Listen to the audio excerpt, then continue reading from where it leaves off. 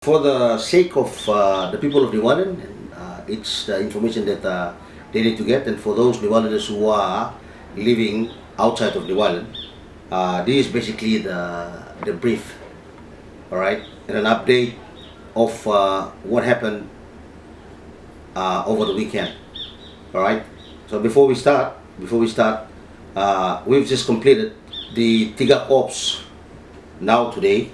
The Tigak operations, which started on the 27th of May this year, was anticipated to have gone for 21 days.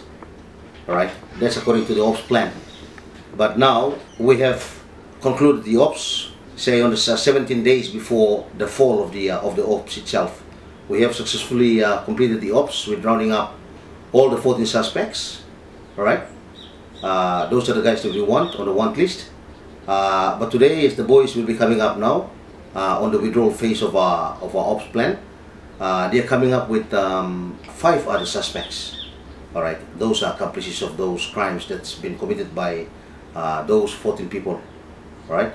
So over the weekend on the 12th, we got information about the 2 murders at task school, and the preliminary information that we got was that criminals amounting from about 40 to 50 came into the government station and they murdered gruesomely 2 young men. That was done in front of the public servants and the police station commander and his men.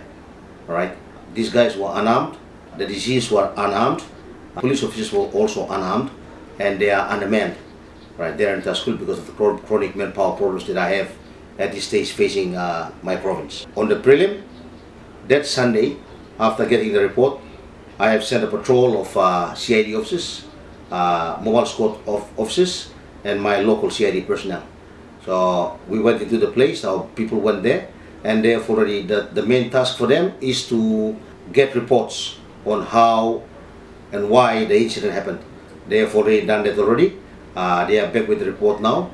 Because we are under-resourced at this stage, we are not able to fully complement or fully fund the operations in Taskul now. Okay, the plan now is for me to, in the middle of the week, meet with the provincial administration through the committee called, or the Provincial Law and Order Committee. That's where me as the PPC will put up a plan and ask that a budget be put together to assist the police. All right. In fact, it's not to assist the police. It is to assist the people of Newalan. All right. To assist our people. All right. The police, as the custodian of the law, okay, has a responsibility to be dealing with crimes, to be assisting people back at home, where or resource may fall short. And now provincial government must help me. All right. I cannot do that work alone. All right. So on record, the tasks that I completed on the Tigak Ops, okay, was completed without any government funding, any assistance from the provincial government. All right, and this is not good. All right, we are working around the clock. All right, to ensure that crimes are mitigated. If situations arise, our job is to make sure that people go inside long credible situations and to manage those situations so that people can go into polls. If we do not deal with these situations, what is the guarantee for a free, fair, safe, and secured election in those places? So I'm asking the government, all right, I'm asking the provincial administration to assist their people in funding the police, in assisting the police. I know at this stage we're at a time where all the accounts are locked up, all right? Are locked up because of no money, misusing money in the amount, all right? But I know there is a way. There is a way that the provincial government, the leaders can still assist, all right, their people, all right, in helping fund the police, give them rations, okay? If not allowance at this stage, at this food, a 21-day op, may pwede lo make him lo sit down in place lo. All right, if not 21 because running into elections, a couple of days, so that we can have some people stationed there to look after the place and to give confidence back to the public servants. All right, so that's what we want. So at this stage, when the boys come back, we will be calling a debrief, and straight after the debrief, we will be re-strategizing. All right, today I am going over to Kumim and one place lo Namatanay lo West Coast, right in the back. I am meeting with with the division commander and the deputy commander to talk to the people out there. Elections is coming up. We are going to talk to them regarding some of the law and order issues that they're facing. So because of the road conditions that are so bad at that part of the area into Namatanay, people there are not able to access service inside long Namatanay or long KVM.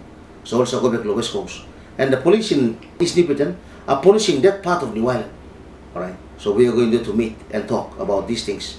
When I come back, we are going to call a meeting with the provincial administrator, who is the chairman of the provincial law and order committee, and we are going to hold that meeting and then strategize as to how we are going to deal with this. Whilst we are still on this, we still have we have another situation in Musau, which we also need to attend to and properly manage before polling commences. My basic call is I want the provincial government to assist, the district administration to assist. Right. Why we call it district administration is because it's inside Long KVM district, and the provincial government, they both have the responsibility to assist. Okay, their people will help him that operation come up good, but my polling come up good. If suppose also something in Australia, I do not see a guarantee long this plus safe, secured, safe election by come up. But our criminals only take advantage long this plan. The bamboli sabotage what you call elections or polling in those places. So we need to go there. We need to stay there. We need to show confidence.